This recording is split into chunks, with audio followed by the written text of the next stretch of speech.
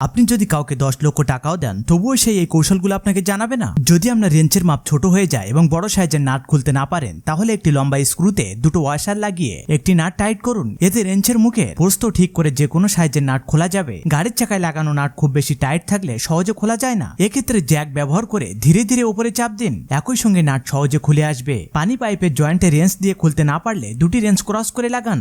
এবার অনুভূমিকভাবে চাপ দিন, দেখবেন জয়েন্ট খুলে আসবে। একটি বিয়ার বোতলের ঢাকনা সমান করে পিটিয়ে নিন, মাঝখানে দুটি ছিদ্র কেটে একটি জিপ টাই ঢুকিয়ে দেওয়ালে গর্তে আটকে দিন। এভাবে সহজেই পাইপ ফিক্স করা যাবে। স্ক্রু টাইট করার সময় রেঞ্চ বারবার পিছলে পড়ে যায়, এর সমস্যা এড়াতে রেঞ্চে একটি স্ক্রু বসান, তারপর টেপ দিয়ে জড়িয়ে নিন। এতে দ্রুত এবং মজবুত ভাবে কাজ হবে। একটি প্লাস্টিক বোতলের ঢাকনায় আয়তাকার ছিদ্র কেটে নিন, বোতলের 1/3 অংশ কেটে ব্রাশে ঢুকিয়ে দিন এবং ঢাকনাও টাইট করে লাগান। এতে উপরের দিকে রং করতে গেলে ব্রাশ হাত থেকে পড়ে যাবে না। একটি স্প্রিং লাইটার দিয়ে গরম করে লালচে করে নিন। এবার বোতলের ঢাকনায় ছিদ্র করে স্প্রিং বসান, তারপর ইলেকট্রিক ড্রিলের মাথার ওয়াশার, রাবার প্যাড ও বোতলের অর্ধেক অংশ লাগান। এভাবে সিলিং এ গর্ত করার সময় ধুলো সরাসরি বোতলে জমা হবে। একটি বেলুন কেটে ছোট রিং বানান এবং পাইপের জয়েন্টে লাগিয়ে দিন। এটি চমৎকার ওয়াটারপ্রুফ সিল হিসেবে কাজ করবে। টেবিলের নিচে একটি বড় বোতলের ঢাকনা স্ক্রু দিয়ে ফিক্স করে নিন। ঢাকনা খুলে ভিতরে ছোট স্ক্রু বা নাট রাখতে পারবেন। ব্যবহার শেষে আবার টাইট করে গুছিয়ে রাখতে পারবেন। যদি হাতের কাছে কোনো সঠিক টুলস না থাকে তাহলে রেঞ্চ দিয়ে ব্রেক সহজে টেনে বের করা যায়। কোনো পাইপের নাট ভিতরে ভেঙে আটকে গেলে ভয় পাবেন না।